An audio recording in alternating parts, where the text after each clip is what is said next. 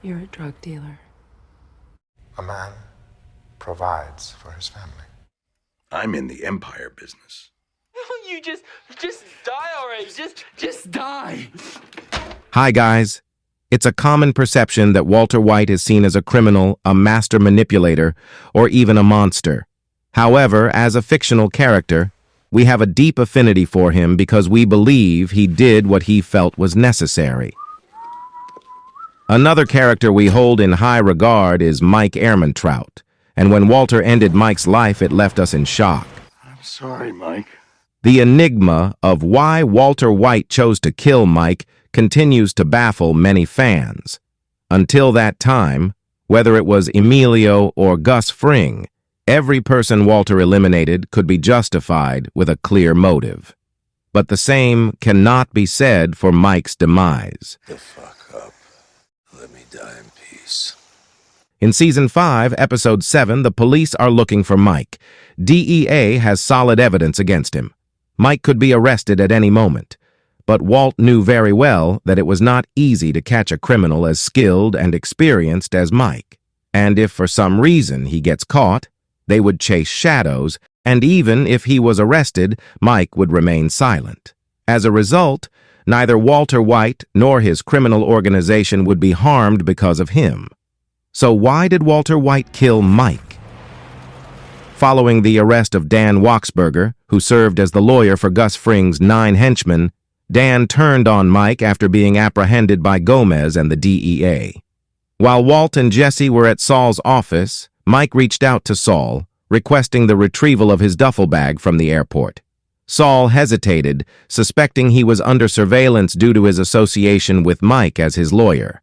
Jesse immediately offered his assistance, but Mike declined, fearing Jesse's potential capture.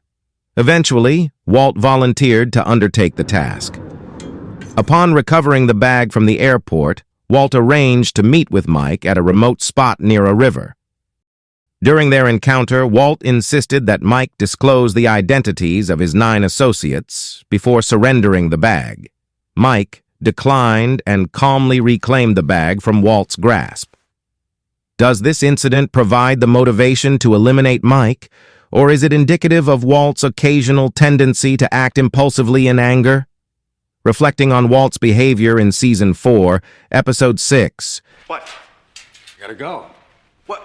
Am I supposed to clean all this on my own? When Jesse departed again, leaving Walt to his own devices in the lab as he joined Mike. In his frustration, Walt took to cleaning the lab with the laundry ladies, a choice leading to an unfortunate outcome for the women involved. Or in Episode 14 of the last season, when he took Holly away from Skylar, he didn't think it was impossible for a fugitive to handle a toddler. Look, he is a logical man, but these things do happen from time to time. But did he suddenly kill Mike in such a rage? What makes this moment intriguing is that after Mike concludes his conversation and departs, Walt initially heads back to his car, only to return and shoot Mike without warning. What does he think in the few seconds between his departure to the car and his return? Mike told him some unpleasant truths, which no one had ever told him before. The words were so real that Walt couldn't respond. But Walt can't bear to have someone say the last word, because he thinks he alone has the right to have the last word. Do you think Walt suddenly got angry and came back and killed Mike because he couldn't answer those words? In that case, the question arises, why did Walt personally deliver the money to Mike? What compelled him to reach for Mike's revolver while retrieving his money? While the scene might suggest that Walt's purpose was to hand over Mike's money and obtain the names of Gus Fring's associates, it appears that Walt's true intention was to eliminate Mike. This is evident in the fact that Walt could have easily acquired the names from Lydia without needing to meet with Mike. However, Walter White felt concerned about the aftermath of this action. He foresaw that upon discovering their deaths, Mike would be driven to seek vengeance. This caused Walt to recall Mike's famous counsel of no more half measures.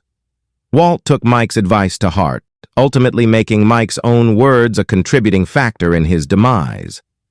A real irony, I assume. What are your thoughts?